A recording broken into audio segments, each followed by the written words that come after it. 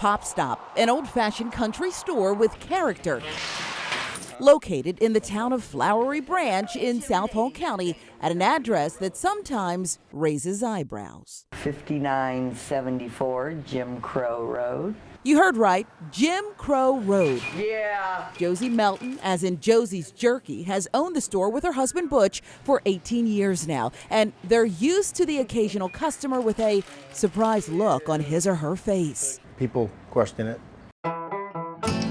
Although the phrase is not as common now as it used to be, Jim Crow referred to the system of laws used to oppress African Americans and maintain segregation throughout the South.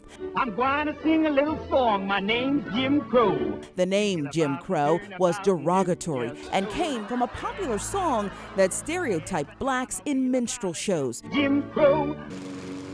When she moved here, Joanne Doolittle had never heard of Jim Crow. My dad kind of was like, "Are you serious? That's the name of your road?" So how in the world did Jim Crow Road get its name? The owner of Pop Stop isn't convinced he knows the right answer. I've had conflicting stories from different neighbors over the years. As more and more people move here to North Georgia, it's fairly common for newcomers to do a double take when they drive past Jim Crow Road, wondering if they're really seeing what they think they're seeing. Pardon the pun, but it's not exactly black and white. I live on Jim Crow. Adrian Session is the only black resident of Jim Crow Road. My mother was so upset that I was moving on a street named Jim Crow. That was a decade ago. In all the time since, she's never had a problem with neighbors and loves living here. I did have a lady stop me and ask me if I lived on this street, actually a couple of weeks ago.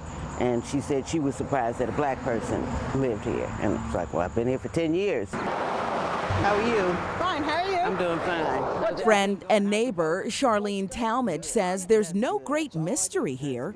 This Jim Crow is not the Jim Crow that the Jim Crow law was made from. He was a farmer in this area, owned acres upon acres upon acres, and they named the road after him when they started to buy out all the property. And it's not named after the law, it's named after a person. Right, and I do have to explain that to people.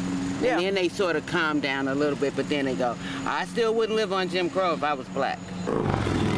That's the story Josie Melton has always heard. There are plenty of roads in the area that are named after the old timers in the area. But her husband isn't quite as convinced. Some say it's the Jim Crow family, and others say it's not.